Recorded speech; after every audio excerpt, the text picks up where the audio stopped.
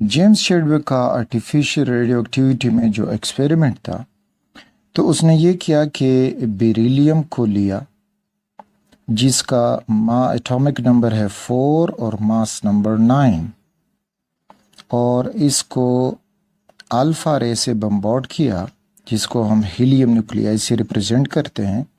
Mass number 2 atomic number 2 और mass number 4, इनका आपस में जो फ्यूजन हुआ तो बेरिलियम अनस्टेबल हुआ। फाइनली वो स्टेबल जो बना तो कार्बन बना, has mass number atomic number 6 and mass number 12, और इस तरह से उससे ये न्यूट्रॉन निकला।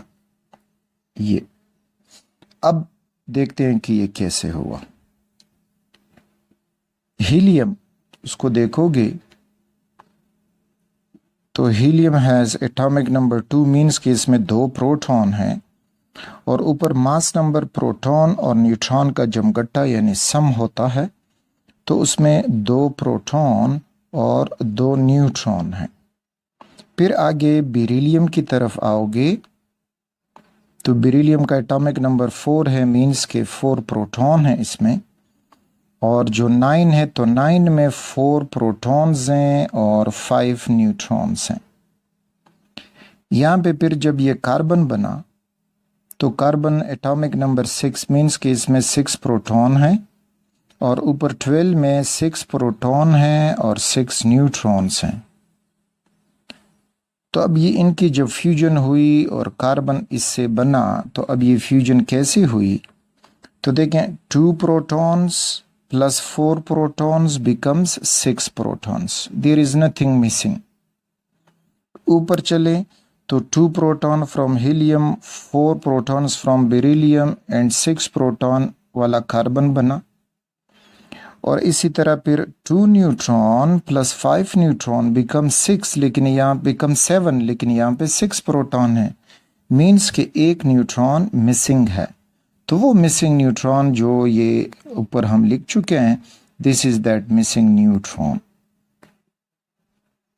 तो ये आर्टिफिशियल रेडियो एक्टिविटी थी जो जेम्स चैडविक ने इसको डिस्कवर किया।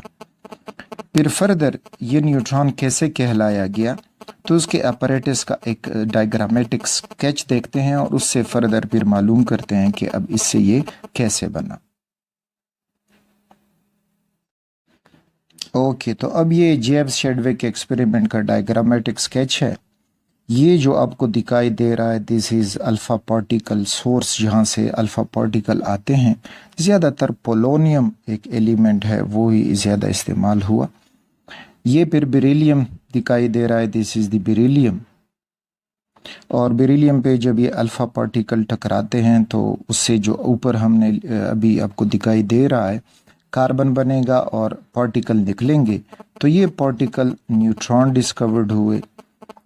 कैसे, तो जो जेम्स चैडविक था उसने यहाँ पे नेगेटिव प्लेट रखा और पॉजिटिव प्लेट रखा, लेकिन ये न्यूट्रॉन ना तो नेगेटिव की तरफ डिफ्लेक्ट होते हैं ना पॉजिटिव की तरफ डिफ्लेक्ट होते हैं, बिल्कुल सीधा निकलते हैं। तो यहाँ से उसको ये ऑब्जर्वेशन मिली कि ये जो न्यूट्रॉन है it is neutral, having no charge. फिर उसने एक्सपेरिमेंट किया और जो निकलते न्यूट्रॉन थे उनके सामने वैक्स रखा, this is the wax, wax रखा, और वैक्स से फिर इधर ये डिटेक्टर रखा कि ये पॉजिटिव हुआ। और अब वैक्स पे जब न्यूट्रॉन लगते हैं तो वैक्स से कुछ पार्टिकल्स निकलते हैं, और वो पार्टिकल्स सारे जो हैं वो नेगेटिव की तरफ बेंड हो जाते हैं। ये डिटेक्टर उसको डिटेक्ट करता है। तो अब पहले से जो एटम में डिस्कवर हुआ था कि जो नेगेटिव की तरफ बेंड करेगा, दैट वाज प्रोटॉन। तो अब इस ऑब्जर्वेशन से जेम्स चैडविक को क्या मिला, इससे ये मिला कि जो ये न्यूट्रॉन है, neutron is heavier than proton, so it can knock out knock out protons from wax. Got it? यानी अगर ये न्यूट्रॉन हल्का होता तो आगे ये प्रोटॉन को धक्का ना दे पाता, उनको वैक्स से ना निकाल सकता। लेकिन जो ये हीवी है तो इस वजह से ये जब वैक्स के अंदर प्रोटॉन से टकराता है तो वो प्रोटॉन इसके कोलिजन की वजह से आगे निकल जाते हैं। तो इस ऑब्जर्वेशन से उसको ये मिला कि neutrons are heavier than protons. और ये जो ऑब्जर्वेशन था कि वो ना तो नेगेटिव की तरफ बैंड हो रही है ना पॉजिटिव की तरफ बैंड हो रही है, तो इससे उसको पता चला कि दीज आर न्यूट्रल। ठीक, तो ये था जेम्स शेडविक की डिस्कवरी।